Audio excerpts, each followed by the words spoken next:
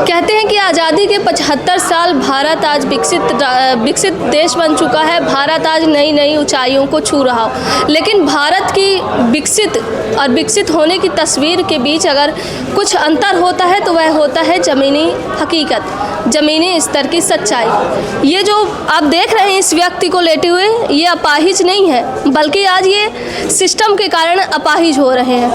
क्योंकि कहते हैं कि सड़क किसी व्यक्ति के लिए ज़रूरी सुविधाओं में से एक होती है।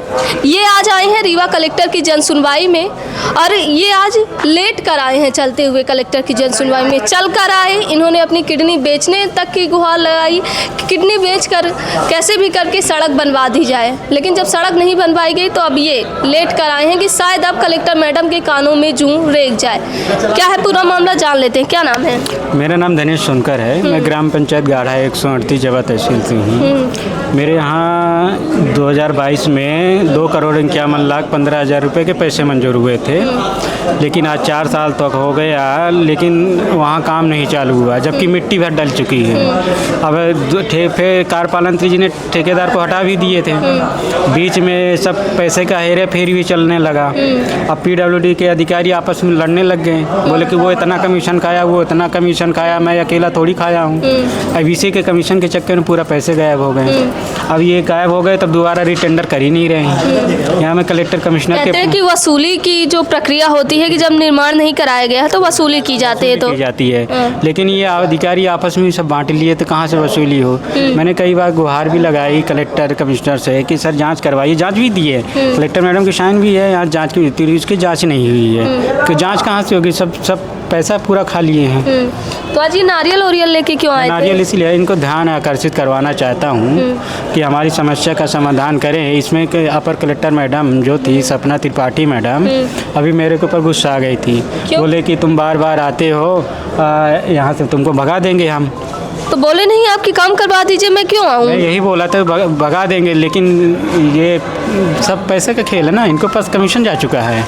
हाँ, इनके पास कमीशन जा चुका है, इसलिए और काम कराने के लिए काम कराने के नहीं, बस ये यहाँ बेवकूफ़ बनाते हैं। यहाँ तो जन सुनवाई के नाम से लोगों को बेवकूफ़ बनाया जाता है।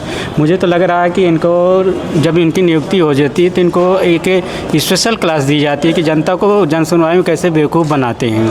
वही आज इनको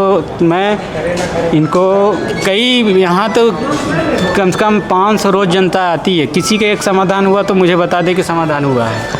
ये वाक्य होते हैं कि अपर कलेक्टर मैडम के। कहते हैं कि अपर कलेक्टर के बाद सबसे ज़्यादा जिम्मेदाराना पद होता है, लेकिन अपर कलेक्टर मैडम का जवाब होता है कि तुम बार बार आते हो, भगा दिए जाओगे। भला इसके लिए आपको अपर कलेक्टर बनाया गया है, इसके लिए आपको जिम्मेदारी दी गई है कि आप जो फरियादी आए उन्हें कहें कि बाहर का रास्ता देखो, और नहीं देखोगे तुम्हें भगा दिया जाएगा। कई बार फरियादी आए, निराकरण तो नहीं किया गया, लेकिन इनको भगाने का काम ज़रूर किया गया।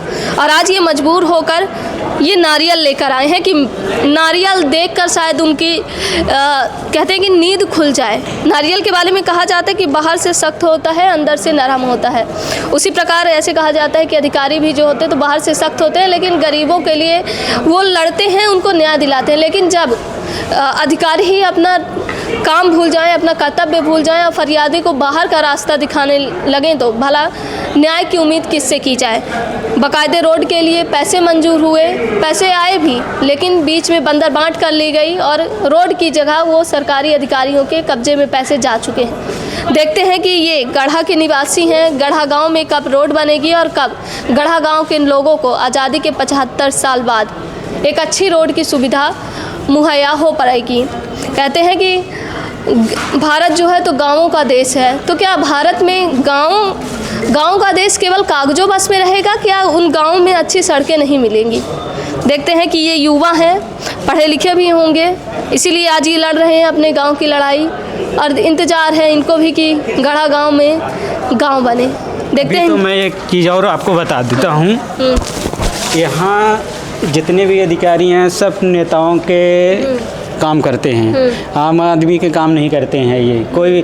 अगर आप आज मुझे यहाँ से मुझे 15 साल हो गए आते हुए, कोई भी आदमी मुझे बता दे कि सांसद विधायक के लड़के उनके करीबी लोग आए हों, यहाँ नहीं आते हैं, क्योंकि सब वही लोग आते हैं जिनके कोई नहीं होता।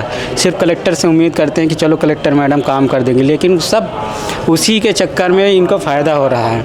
आज अधिकारियों की इज्जत गरीब आदमी कर रहा है, नेताओं लोग नहीं करते हैं।